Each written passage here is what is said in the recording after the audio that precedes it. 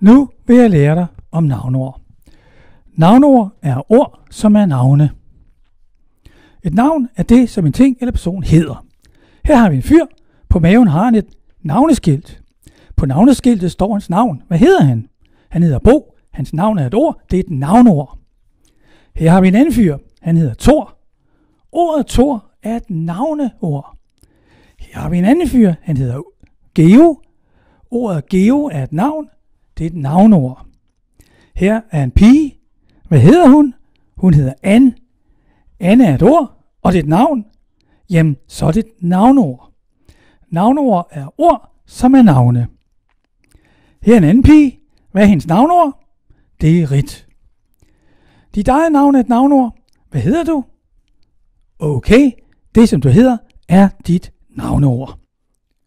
Indtil nu har jeg kun vist dig navne på mennesker. Men ting har også fået navne. Hvad kalder man sådan en ting, der har 4 hjul og kan køre? Ja, det hedder en bil. Ordet bil er et navneord. Det er navnet på en slags ting. Hvad kalder man det, som man kan bo i, og som har mure, døre, vinduer og tag? Ja, det hedder et hus. Ordet hus er et navneord.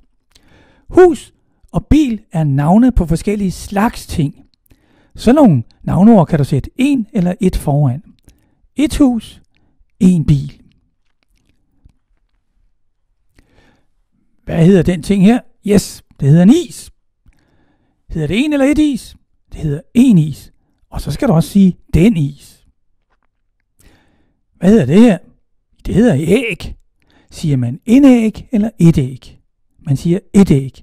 Jamen så skal du også sige det æg. Hvad hedder dyret? Det hedder en so. Siger man en so eller et so? Man siger en so. Godt, så skal du også sige den so, nemlig. Her har vi navneordet ko. Det hedder en ko. Og så skal man også sige den ko. Her har vi navneordet si. Det hedder en si, ja. Og så skal man også sige den si. Her har vi navneordet ur. Det hedder et ur. Jamen så skal du også sige det ur. Her har vi navneordet træ. Det hedder et træ. Og så skal du også sige det træ. Her har vi navneordet lys. Det hedder et lys. Og så skal du også sige det lys.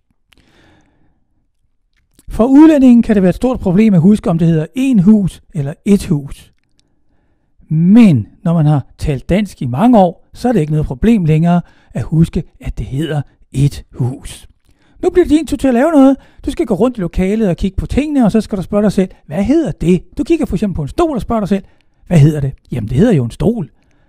Så skriver du navneordet på en navneseddel, S-T-O-L, stol, og så anbringer du navnesedlen på tingen, altså i det her tilfælde på stolen, sådan. Og det gør du med 10 ting eller personer. God fornøjelse med det. Hej så længe.